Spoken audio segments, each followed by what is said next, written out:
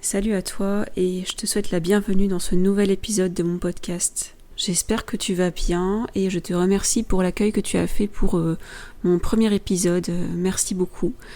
Et j'espère que celui-là te plaira également. Alors aujourd'hui on va parler de journaux et c'est un sujet qui va revenir très souvent dans ce podcast, mais pour commencer, je voulais parler aujourd'hui de 5 bonnes raisons de tenir un journal. Si jamais tu n'as pas encore osé ou si tu n'as pas réussi à tenir un journal ou tout simplement que tu n'as jamais eu spécialement envie d'essayer, j'espère que cet épisode va te convaincre de commencer. Et si jamais tu es déjà adepte de cette pratique, cet épisode est fait pour toi aussi parce que tu épuiseras certainement des arguments et peut-être aussi des idées qui te motiveront et t'encourageront à continuer cette pratique. Je l'espère en tout cas. Je tiens à préciser que je vais des fois utiliser le terme journaling, qui renvoie souvent au fait d'écrire pendant un certain temps en mode un peu automatique, de transcrire un flot de pensée sans vraiment réfléchir à ce qu'on écrit. Ça, c'est le sens premier qu'on va donner au terme journaling. Mais moi, quand j'en parle, je parle vraiment du fait de tenir un journal, tout simplement. Peu importe ce qu'on met dedans. Voilà, l'idée, c'est vraiment d'avoir un journal et d'écrire dedans. Et que ce soit un journal papier ou un journal numérique, d'ailleurs. Voilà, je tenais juste à préciser ça avant de commencer pour être sûr qu'on parle bien tous de la même chose. Et je te propose de commencer tout de suite avec donc ces 5 bonnes raisons de tenir un journal.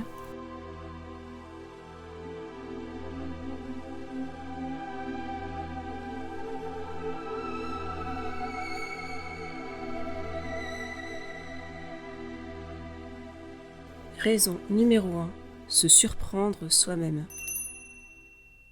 Alors pourquoi je pense que le journaling permet de se surprendre soi-même ?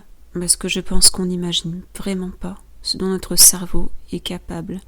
On n'imagine pas ses potentialités. Et le fait d'écrire et de tenir un journal va nous permettre de découvrir tout son potentiel. Imagine, c'est comme si tu offrais à ton cerveau, à ton conscient, à ton inconscient, un terrain de jeu illimité. Tu peux le voir aussi comme un laboratoire, un cabinet de curiosité, une bibliothèque, un musée, ou toute métaphore qui t'inspire. Et ça, c'est toi. C'est tout ce que tu as en toi et qui, chaque jour, quand tu ne tiens pas de journal, va peut-être passer à la trappe parce que tu ne l'auras pas ancré sur le papier. Et c'est pour ça que je pense que c'est super important de tenir un journal pour ça. Parce qu'on n'a pas idée de tout ce qu'on peut imaginer, on n'a pas idée de tout ce qu'on a dans la tête. Et je pense vraiment que c'est dommage de s'en priver.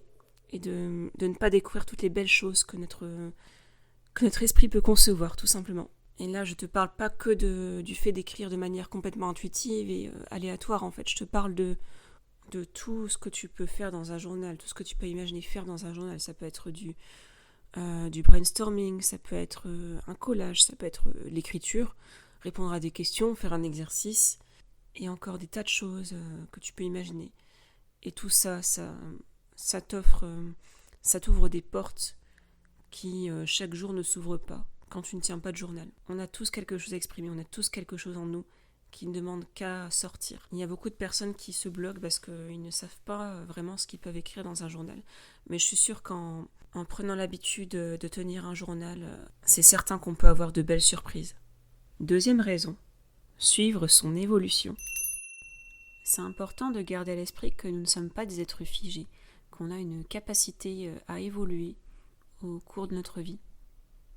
Et c'est pourquoi c'est super important d'en prendre conscience. Et quel meilleur moyen que de tenir une archive, de tenir un journal.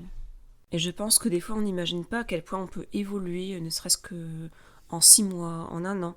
Et le fait de l'écrire, le fait de garder une trace de tout ça, ça nous permet justement de prendre conscience de notre évolution.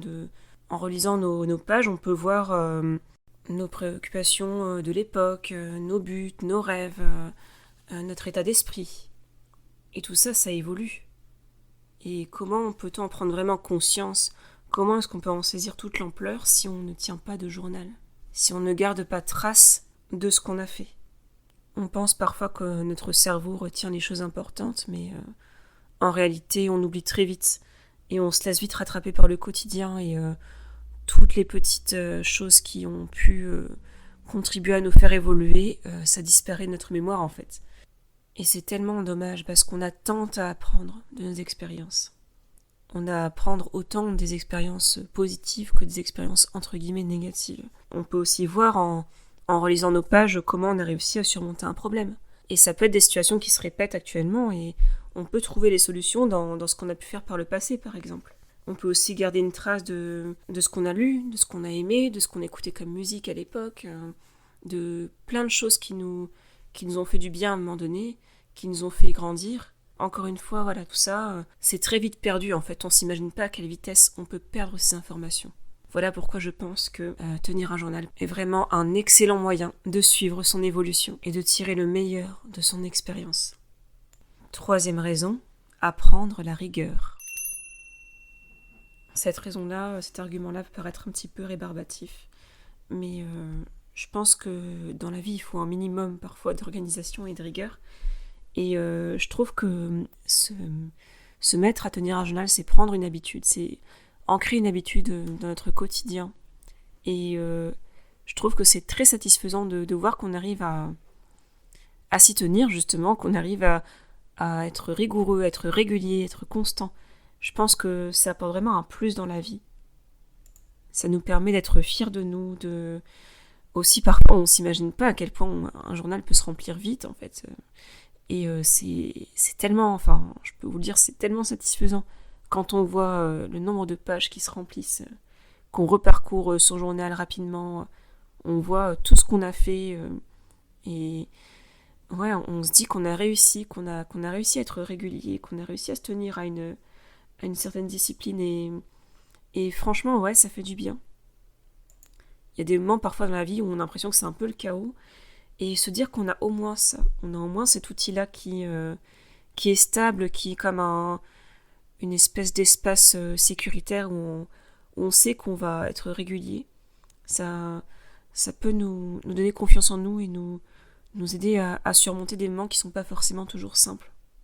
Et c'est pas toujours facile de rendre intelligibles des choses qui sont dans notre tête, donc le fait de les écrire, ça demande aussi un exercice de rigueur, puisqu'on va devoir transcrire des choses de manière compréhensible, même s'il y a personne qui va nous relire, hein, en théorie c'est pas le but, mais le fait de devoir synthétiser ou justement à l'inverse développer une idée, un raisonnement, va nous demander aussi une certaine gymnastique mentale finalement pour réussir à construire tout ce qu'on veut exprimer sur le papier. Quand je parle de rigueur, je parle aussi du processus de construction de son système de journaling, parce que ça va évoluer, ça aussi. Ça demande d'analyser nos besoins, de s'organiser, de réfléchir à ce qui nous correspond, de faire des essais, des erreurs. Et ça demande aussi une certaine discipline, tout ça. Et ça développe la persévérance et la rigueur, je pense. Donc pour moi, la tenue d'un journal, ça demande une certaine discipline. Et c'est en ça que je trouve que on devient de manière générale une personne plus rigoureuse. Quatrième argument, développer son esprit créatif. Alors ça, c'est un argument qu'on voit beaucoup. Le fait de tenir un journal, évidemment, ça développe la créativité. Alors tu peux déjà être quelqu'un de créatif et du coup le journal t'offre une nouvelle manière d'exprimer ta créativité. Tu peux être quelqu'un qui aimerait être créatif. Imaginons que tu sois par exemple un écrivain en devenir et que tu manques d'inspiration, que tu rencontres un blocage dans l'écriture. Je trouve qu'il n'y a pas de meilleur moyen que de tenir un journal pour justement arriver à débloquer ça. Le fait de tenir un journal va vraiment t'ouvrir des portes et renforcer ta créativité. Parce que justement, du moment où tu commences à prendre ton stylo et à écrire dedans, tu es déjà créateur en fait. Et pour moi, c'est comme si ça ouvrait une vanne dans ton cerveau. Et avec l'ouverture de cette vanne, il y a tout un tas de choses qui sont en toi, des choses créatives qui en sortiront. Et je crois que c'est vraiment un outil très important pour sortir d'un blocage créatif. Si on reprend par exemple l'exemple de notre écrivain. T'es écrivain et t'as du mal à trouver des idées ou t'as du mal à écrire, à avancer dans ton histoire, tu te sens bloqué.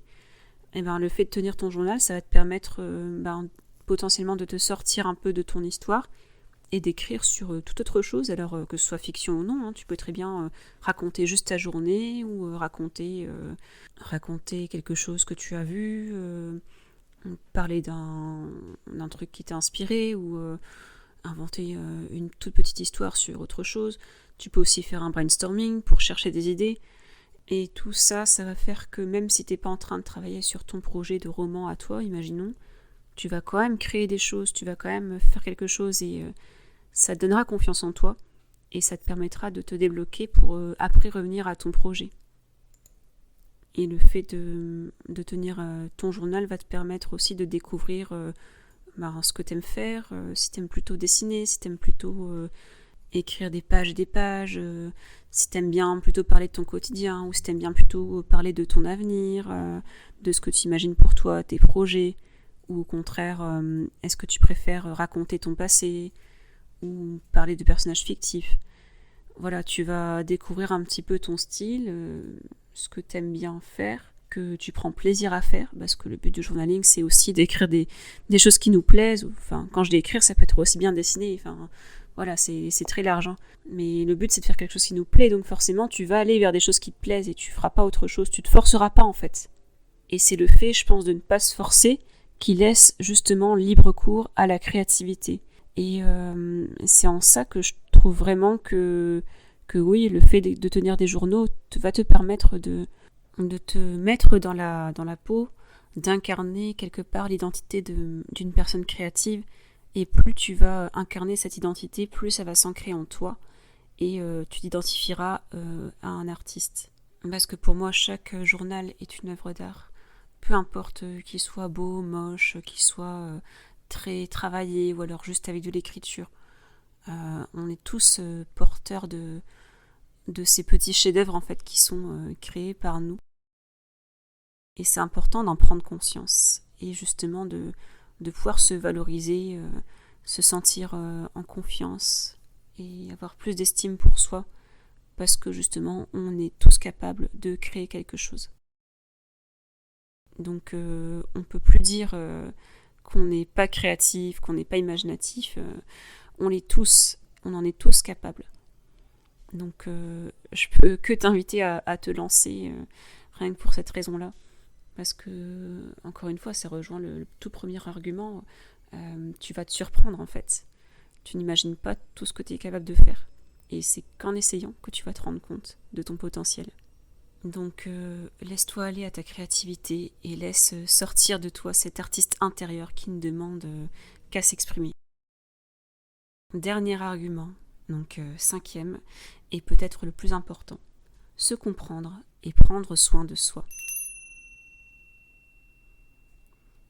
Alors, je pense qu'avant tout, le but, quand on tient un journal, c'est de se faire du bien, c'est de se créer un espace à soi, pour soi, où on va se sentir bien, en sécurité, jugé par personne. Parce que personne, sauf si on le veut bien sûr, personne n'a le droit de lire notre journal, c'est à nous, c'est un espace où on est libre, où on peut faire ce qu'on veut. Et ça, c'est tellement important. S'il y a une chose à retenir, c'est ça. C'est vraiment se sentir complètement libre dans son journal. Alors on ne se sentira pas toujours libre parce qu'on va nous-mêmes finalement se fixer des contraintes, que ce soit au niveau esthétique, au niveau de ce qu'on veut mettre dedans, du contenu. Voilà, donc autant au niveau de la forme que du fond finalement. On va nous-mêmes se mettre des contraintes et c'est compréhensible parce qu'on a envie de bien faire, on a envie aussi de faire quelque chose qui va nous plaire. C'est pas toujours facile de passer outre certains blocages, mais je pense qu'à force d'entraînement, on finit par trouver la juste mesure pour nous.